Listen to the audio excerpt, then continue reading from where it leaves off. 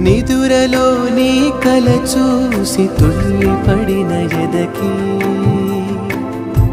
ఏ క్షణం ఎదురవుతావో జోల పాటవై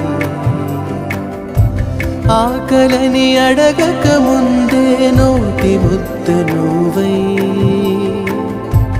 ఏ కథలు వినిపిస్తావో జాబిలమ్మ